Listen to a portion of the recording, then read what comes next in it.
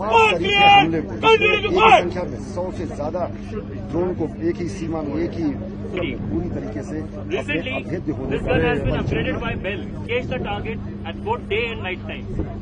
What adding up to its lethality is the high firing range.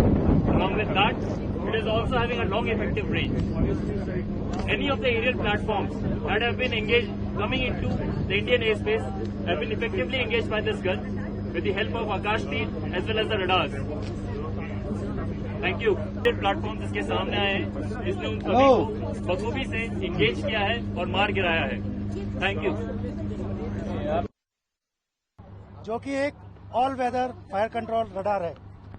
इस radar की मुख्यतः 3 खासियत है. यह लंबी दूरी से आने वाले किसी भी एयर एक्टिविटी को सर्वेलेंस कर सकता है. नजदीक आने पर यह दुश्मन के एयर प्लेटफॉर्म को ट्रैक कर सकता है और गन के माध्यम से दुश्मन के एयर प्लेटफॉर्म को सटीकतापूर्वक डिस्ट्रॉय कर सकता है. आज के इस आधुनिक इलेक्ट्रॉनिक वारफेयर के माहौल को ध्यान में रखते हुए दुश्मन की ओर से इस रडार पर की गई जैमिंग को काउंटर करते हुए यह अपने मिशन को सफलतापूर्वक पूरा करता है. इस रडार ने इस ऑपरेशन सिंदूर में अपनी इसी खासियत की वजह से इस क्षेत्र में आए हुए दुश्मन के सभी एयर प्लेटफॉर्म को न्यूट्रलाइज करने में अहम भूमिका निभाई है. जय हिंद.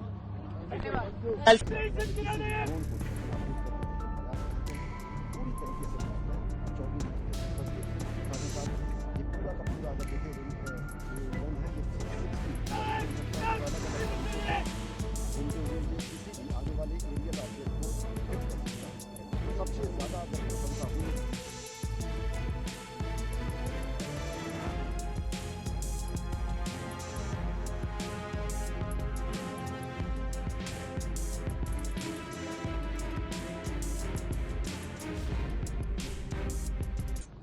ऑपरेशन सिंदूर के दौरान यह जो particular command and control centre है, जितने भी रडार हमारे इस थिएटर में थे उनका सर्विलेंस फीड उसने इंटीग्रेट किया और एक स्क्रीन पे हमें प्रेजेंट किया, जिससे कि हमें पता लग सका कि किस डायरेक्शन से कौन सा एरियल थ्रेट दुश्मन का आ रहा है. उसके बाद जो यहाँ पर एडी कमांडर बैठा था वह डिसीजन ले पा रहा था कि किस डायरेक्शन से किस बेयरिंग में कितने रेंज पे कौन सा टारगेट हॉस्टाइल टारगेट आ रहा है, और उसके अनुसार जो भी हमारे एक सिस्टम यहां पर लगा हुआ है, एक सिस्टम 2 किलोमीटर दूर लगा हुआ है, उसके रेंज में आते ही यह सिस्टम उस टारगेट को डेलीगेट करता था और इंगेज करता था. और जितने भी एरियल टारगेट्स इस लोकेशन से ऊपर गए हैं उन सभी को हमने इफेक्टिवली न्यूट्रलाइज किया है. सो ऑप सिंदूर में भी यह, जैसे कि मैंने बताया कि recently inducted command and control centre है, वेल ने बनाया हुआ है, और इसकी जो बैटल फील्ड टेस्ट होनी थी वो हो गई है और उस पर यह बहुत खरा उतरा है.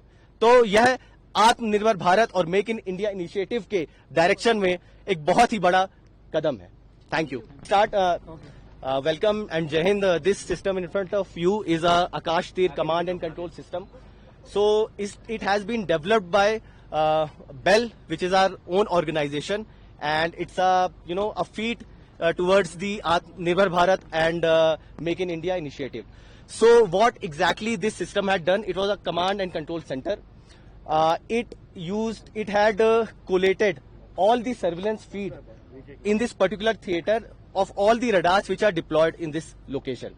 So basically it collates the surveillance feed of all this theater, presents on a screen, and enhances the situational awareness of the commander who's sitting here.